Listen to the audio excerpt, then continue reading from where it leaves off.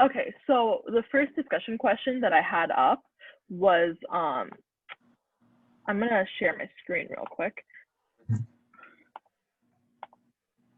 Was the conflict between Yahweh and Pharaoh brings up two of the most troubling ideas of the Bible: God's bringing of the plagues on Egypt and God's hardening of the heart of Pharaoh. So, what are some of the theological and moral issues with these ideas? So, oh, hi, sorry, sorry I sent you the wrong link. No, you're fine. Yeah, so I sent out a thing in the chat. Can you see it? Like a link to this Google Doc? No, I cannot. Okay, let me just do that really quick again. Did you get it now? Got it. Yes. Yeah. So I was just wondering if both of you could maybe type up some of your thoughts or responses to this, because I feel like our large class discussions don't always allow everyone to participate, or it might be a bit intimidating that way. I'll just give you a few minutes and then we can actually discuss this.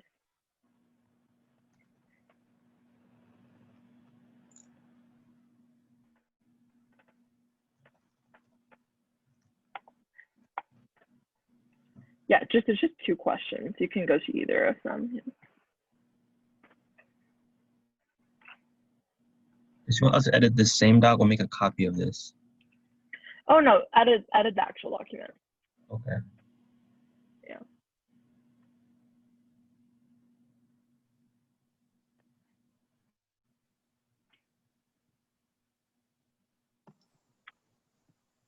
Hi Phoebe, we're just going through 2 discussion questions and trying to put our thoughts out onto document. Okay. I'm putting the link in the chat again real quick. Is this about the essay? So we're gonna do the essay in the second half of our session. I just wanted okay. to also have people participate and put out their thoughts. So Okay. are you on the Google Doc? No, I'll get there in a minute.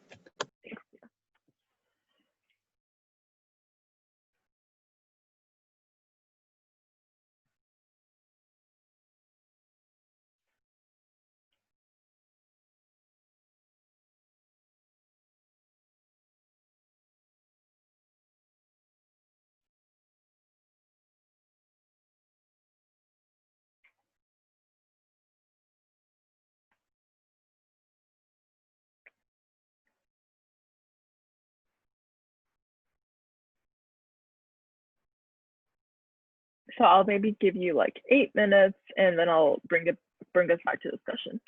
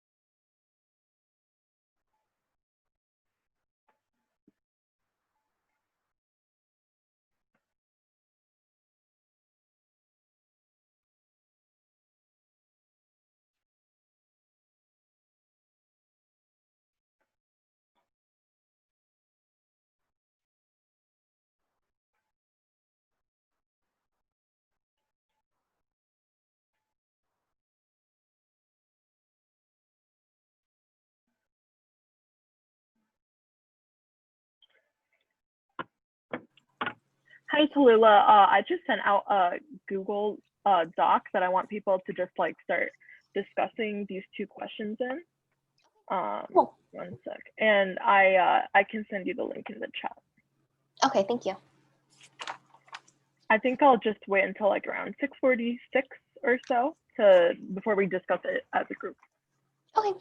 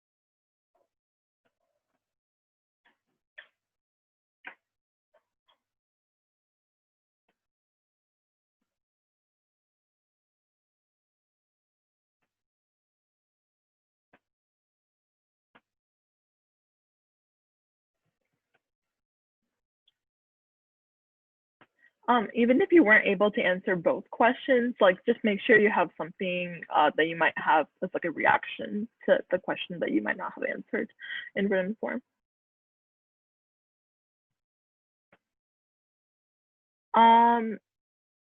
Is everyone good? Do you think we can start discussing this? Yeah? Phoebe and Sari, are you here? Yeah. Yes, okay. Yeah, okay, so let's just start discussing the first question. So the plagues and God hardening the heart of Pharaoh. So we did discuss this a little bit in class today, but I wanted to get to see your ideas.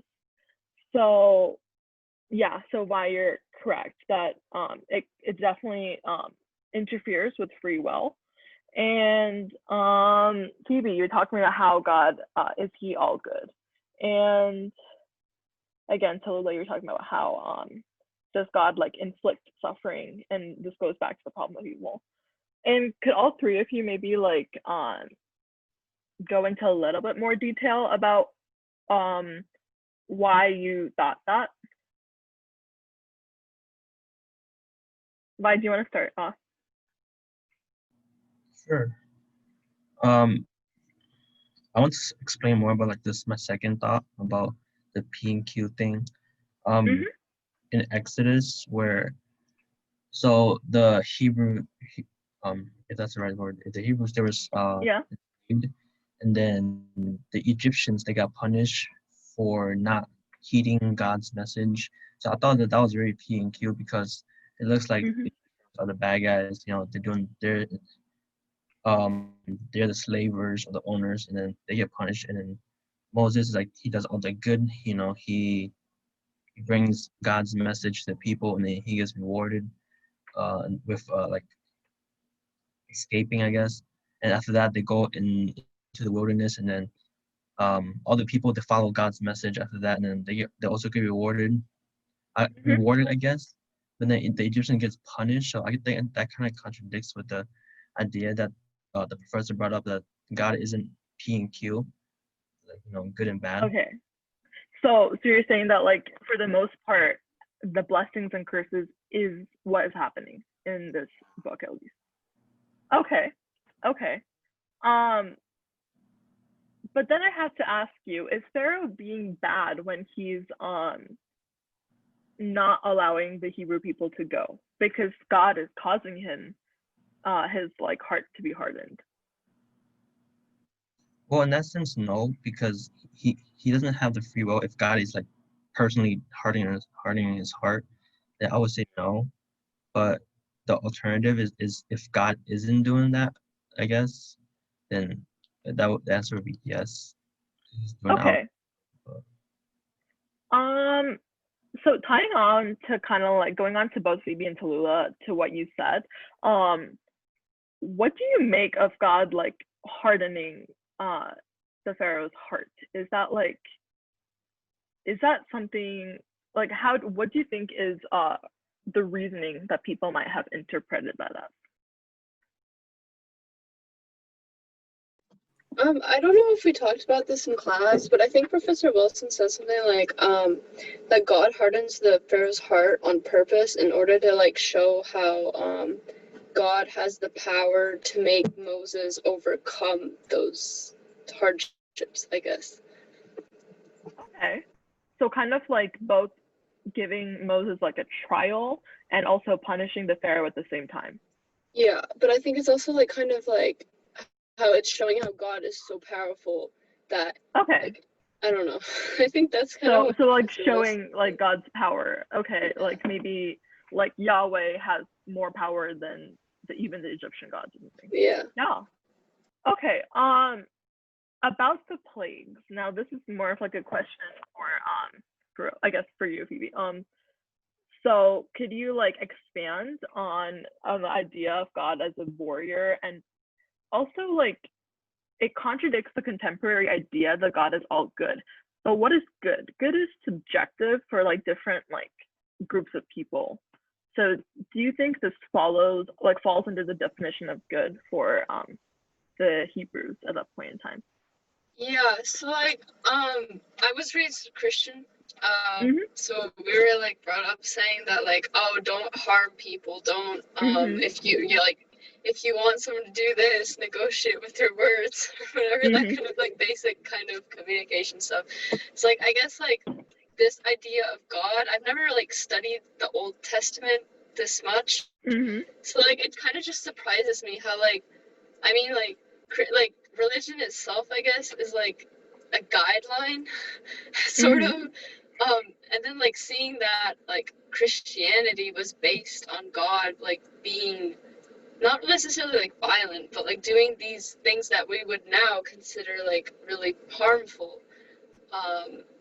I guess that kind of just like makes me question things. I don't know. Yeah, definitely. We were in class. We were talking about how does this make you question your faith? Like looking at how violent a lot of the Old Testament was, and I definitely think that's true because now like if you go to a church, for example, people like try to talk about God as very loving and like you know you never get the idea that some of his stuff in the Old Testament even exists because people like there's different ways of viewing the Bible. Like some people look at it as like a rule book or like a guide on how to live your life. but then they never consider the other part of it, which has all this terrible stuff that happens. So I guess does that change how you view it? And like that's an open question to like anybody, yeah.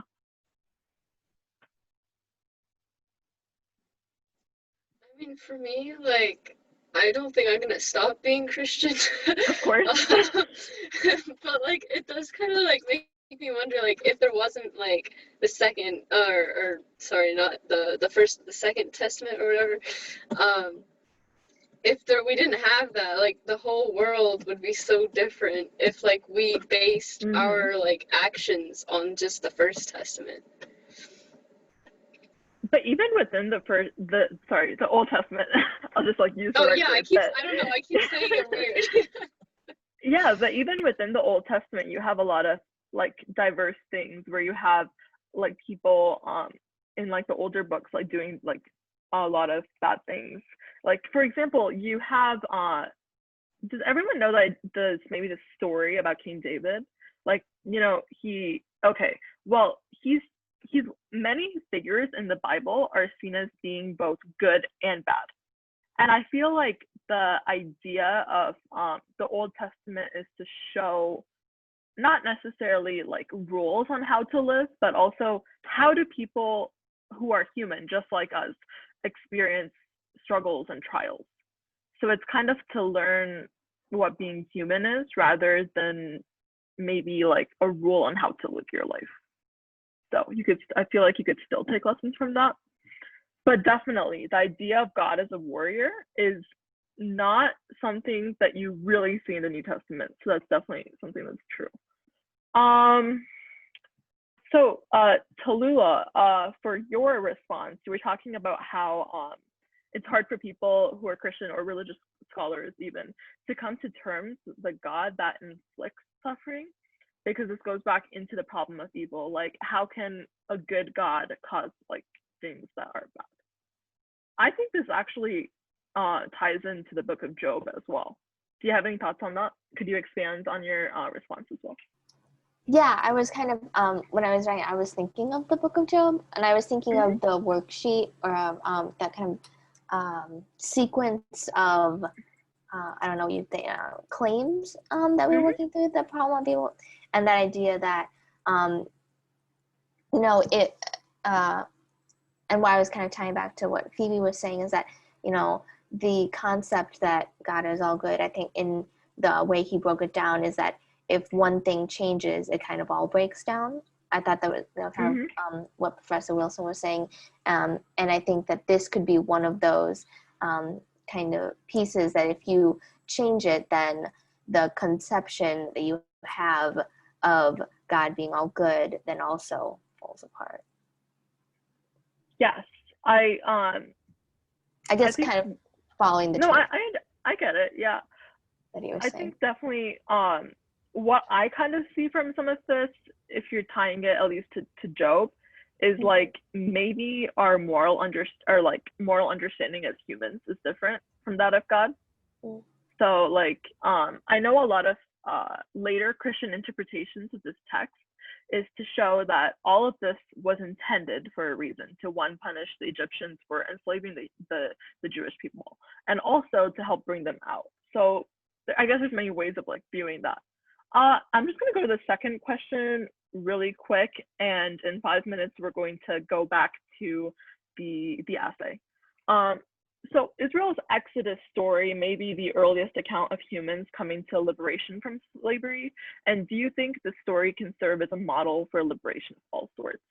And what are the advantages and risks of the story as a model? I think this is an extremely relevant thing of like liberation from oppression is very relevant to us in 2020 in our society right now, with all I guess it's like systemic racism and things like that. So sorry, can you like expand on your view about how you say that you don't think it works as a model? Okay, yeah, keep going. Yeah, so go ahead. Okay, sorry, I'm eating at the moment.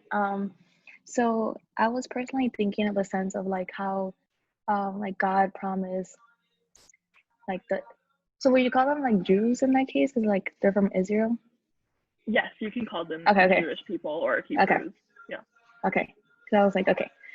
So like how he has promised them that they'll go to the promised land and they will free them from like the Egyptians. So I was like in my head like it took them like how long, like 40 years, I can't remember, like Yes. for them to finally reach the promised land. It's just something in my head, like it's not like someone that is trying to leave from slavery or for any oppression, like they cannot wait that long for them to finally reach that promised land. So I was thinking more of the sense like someone now cannot just hope for it to get better eventually. So like I definitely believe that obviously it definitely can be seen as like one of the earliest obviously of liberation, and like it can be in some source, but it's just like as personally, like, if I was trying to flee my country for oppression or for other reasons, like I cannot just keep hoping for eventually to get better. So that was how I was viewing it. Yeah. So you think that the people or like the Israelites in this situation should have had more agency, like they should have done more things directly rather than just waiting for God to show them the way, maybe? Yeah, I was thinking more of that sense, yeah. Okay, what about, well, think about it, like the plagues and everything were ways of like, I guess, going against the oppressors who were in that time, the Egyptians.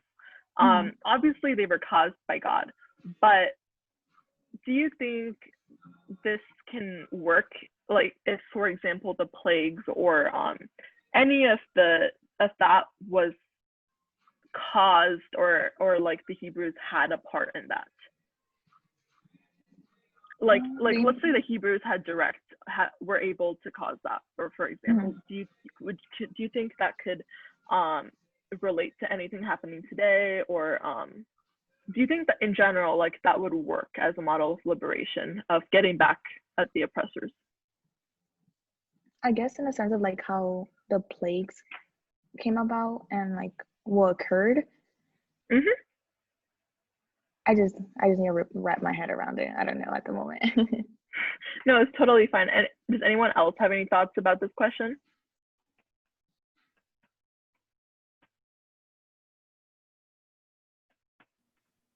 Are you asking like if the model of like overthrowing our oppressor is like a good model? Okay. Yeah.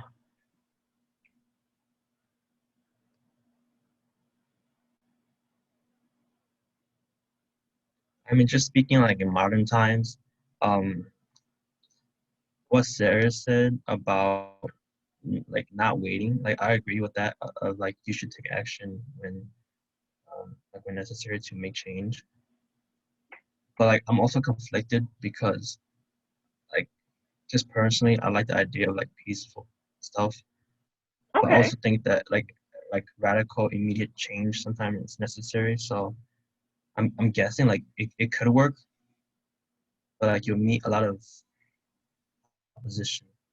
I guess we'll definitely be seeing what's happening right now, because there's been a lot of like really unjust like killings this past year of like POC people, and there have been a lot of like riots and protests and like, you know, like calls for people to step down from their positions. And I guess we'll see how it all turns out. If that like works, maybe if like a more peaceful thing works, we'll see. I think I'll stop this. I want to go to the actual the essay. I'm going to 1 second share that.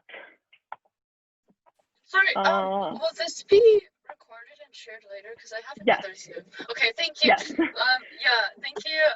Yeah. Bye. Okay, bye.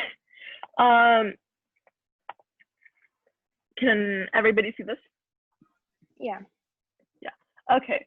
So this is a reaction essay, and in that, like, obviously you all should go through this and read this in detail, but what you're basically supposed to do is find one aspect of Merceau's alienation. Like it could be his relationship to his mother, Marie, his girlfriend, from, you know, his job, from the magistrate and like the ending of the book, or even the priest who tries to convince him to, you know, repent and turn to God, but he doesn't want to do that.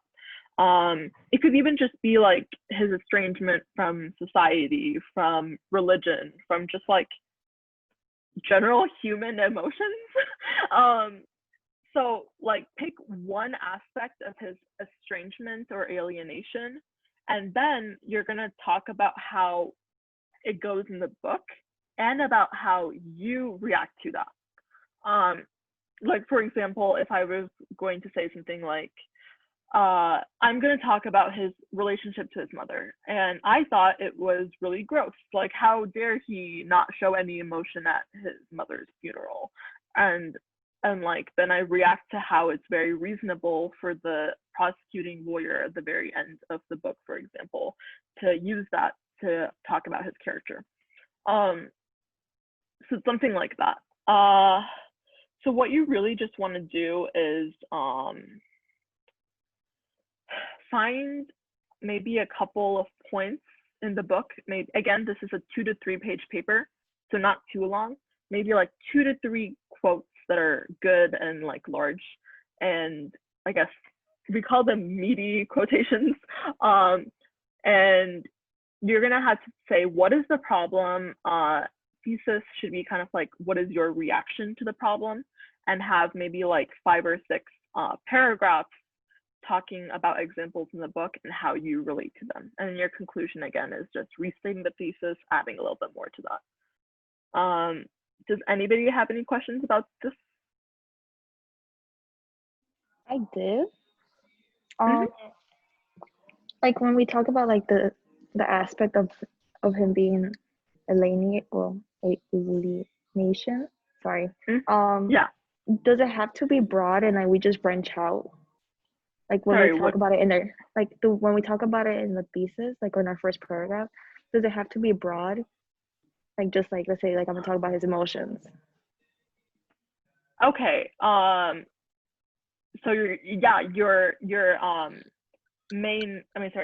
problematic that you would pose in your introduction would be like, I'm going to, like Meursault is very alienated from regular human emotions, and this is what I'm going to look into. Yeah, it should be broad because it's one point, like, or one area that you're going to look into, and your actual essay will have many examples of tying to that main theme.